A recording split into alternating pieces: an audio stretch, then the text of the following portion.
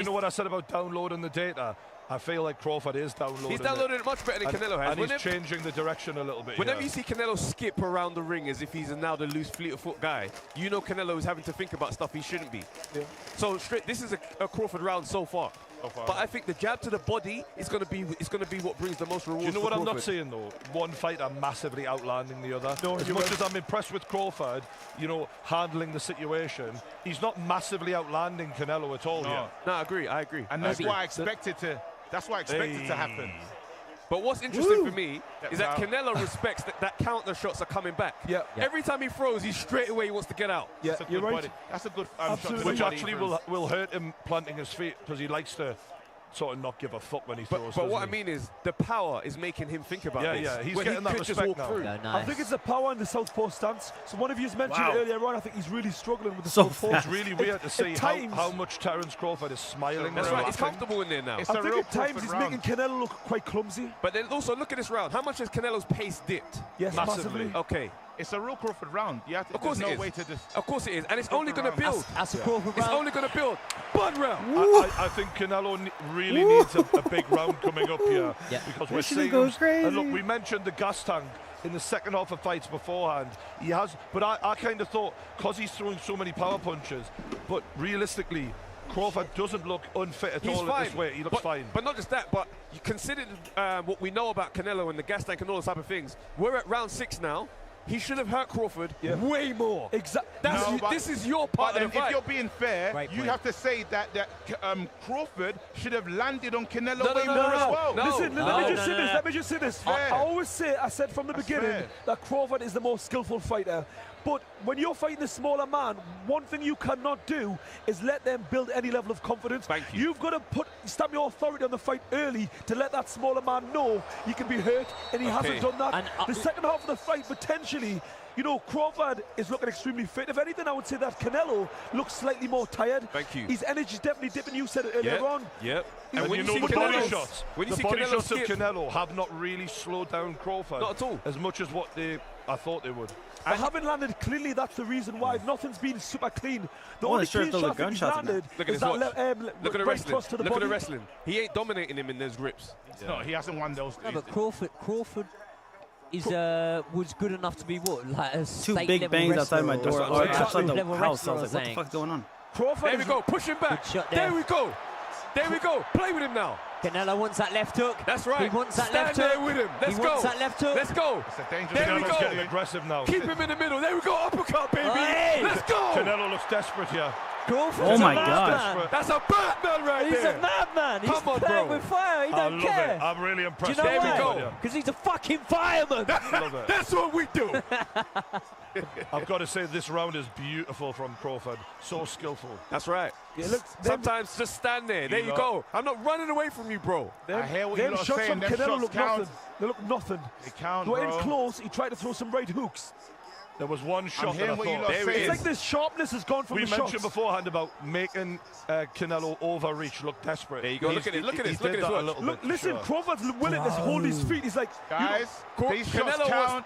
wants to punch arms. Canelo wants to punch Nah, arms. Canelo We've is seen him do landing this. here. To be He's fair to landing. him. This He is is what I'm landing. saying. Cannelo's not This is landing. how No, he's landing body Oh shots my after He's body punching shots. on the arm. How man? He's targeting the arms, He's though. landing, bro. He's What are landed you some talking body about? shots, yeah. Come on. Guys, He's when you watch landing. I this feel round as if you're 7 back, witnessing something different than what I'm Sheesh. witnessing. Thank you. Are you saying I'm he's not not seeing landing- that. Loz, I'm are you not saying seeing he's not Canelo- landing body shots? Not clean. It's like on the arms. Oh, Not that's that what clean. But how but many he's times have you seen targeting him the do arms. it? He's targeting Wait, the Loza, arms. is it the first time you've seen him punch the arms? That's what he does. No, I'm aware of that, but I feel Yeah. like you're discrediting what Crawford's No, I'm also not doing. discrediting. I'm saying right now Crawford's doing his job, but I'm saying Canelo is still doing what he usually does. We have to be honest. Canelo's regaining some energy here. Right now, Crawford is outlanding Canelo. Simple. Yeah, that's the fair. po- That's fair. I think that Crawford's landing the better quality. Okay, so look there. 6 punches thrown from Canelo, not one landed. Exactly. And then you Can I just say, his can I just output say, is lads, the dipped. stats on here though are the opinion of a man clicking No, the no, button. no. But they're the stats that they're gonna go by. No, I didn't. I just read that off my head. No, I looked at it. All right, okay, fair. Look, I when they're weren't, I, showing them weren't down looking, the I weren't bottom. looking at no stats. I see Canelo throw 6 shots there in the corner. I didn't see I one think land. Canelo's landed some I feel shots like at the this point. sharpness of Canelo's just disappeared. Just Massively. out of It's nowhere. just disappeared. You know, Look at that. Can we just say, Yeah, though, Crawford's Crawford is hardly being ambitious here either. too good, bro. Nobody's Crawford's winning the round. He's winning the round. Look at it. But I'm it isn't- telling you.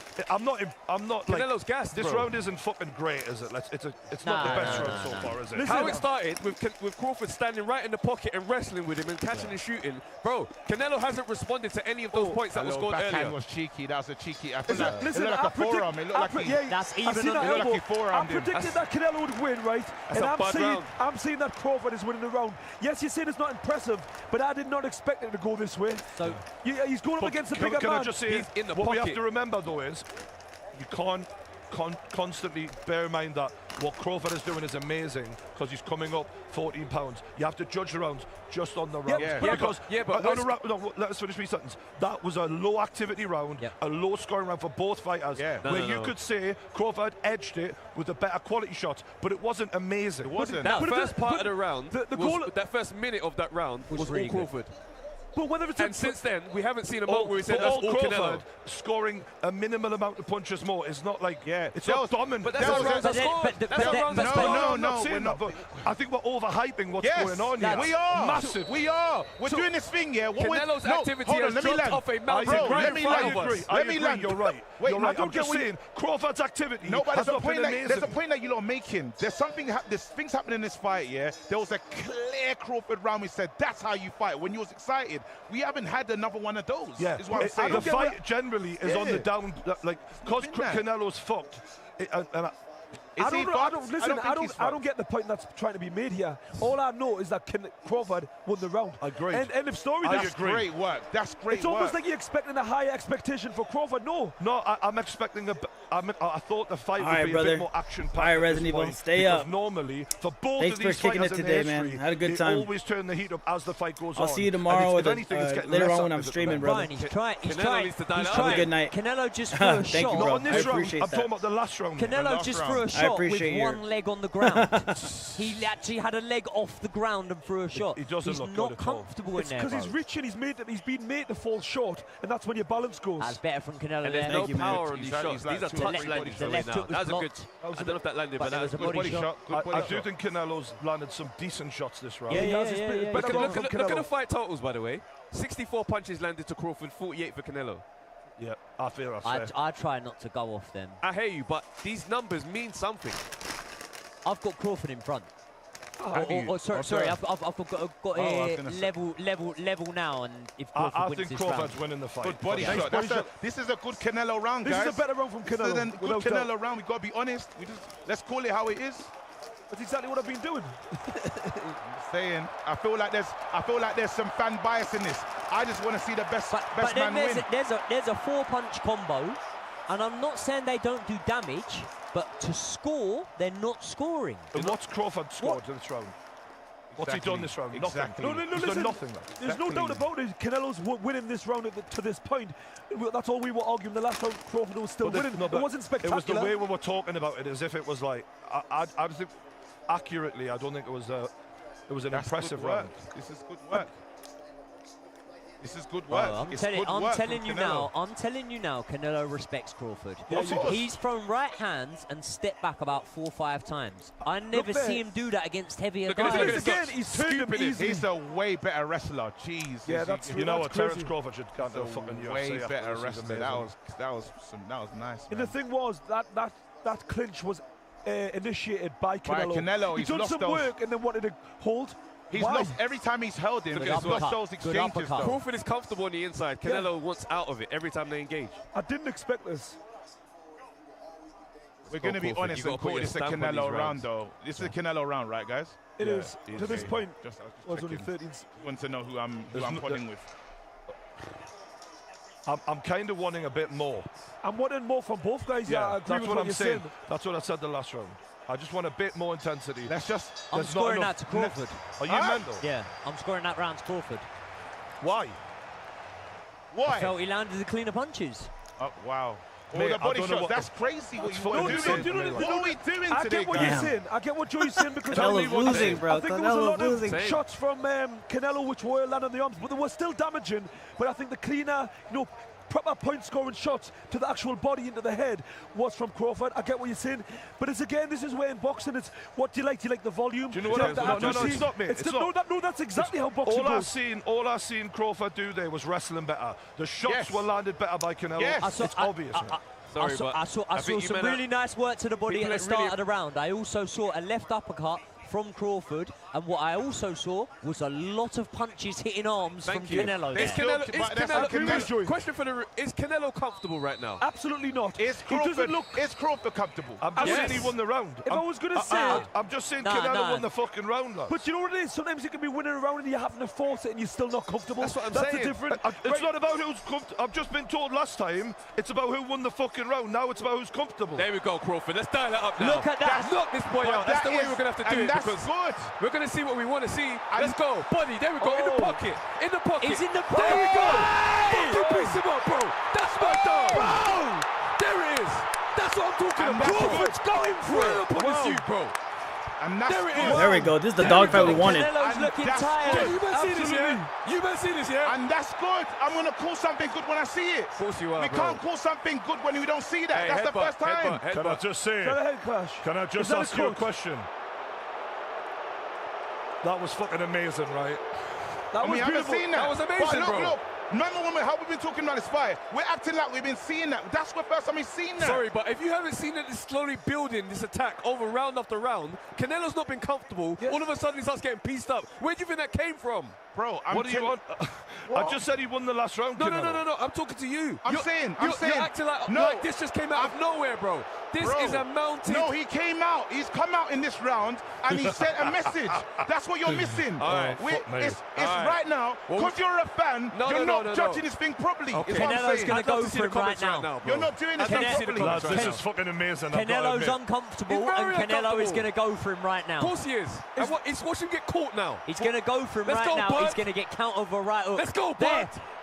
Was there a cut, by the way, or was it just, wasn't a cut? No, it was just a headbutt. Body shot from Bud.